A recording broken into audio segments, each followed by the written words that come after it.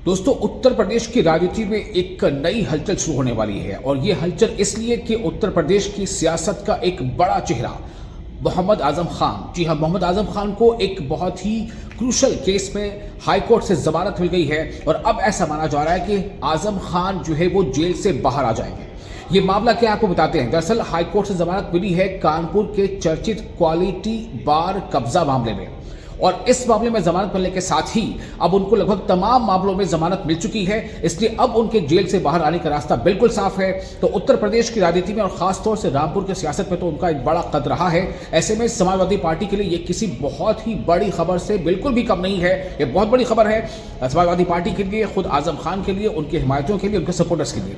तो ये एक बड़ा फैसला है आजम खान की सियासी सफर के लिए, क्योंकि हाईकोर्ट से इस मामले में जो जमानत मिली है तो अब उनके लगभग तमाम ऐसे मामले जिनमें उन्हें जमानत मिल चुकी है, अब उनसे उनके जेल से बाहर आने का रास्ता बिल्कुल साफ हो चुका है। ये जो मामला था, इस मामले की सुनवाई सिंगल बेंच में की गई है। जस्टिस समीर जैन ने इस मामले की सुनवाई की और दोनों पक्षों की दलील सुनने के बाद आजम खान को जमानत दे दी गई।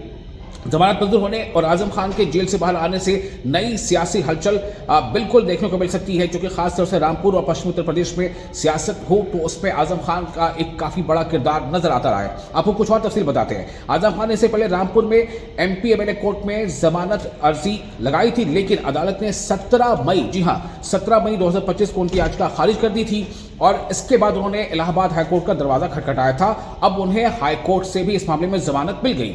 इस मामले में आजम खान की ओर से वकील इमरानुल्लाह और इसके साथ ही मोहम्मद खालिद ने इस मामले में जरह की, उनको केस में दलीलें रखी, अपना पक्ष रखा।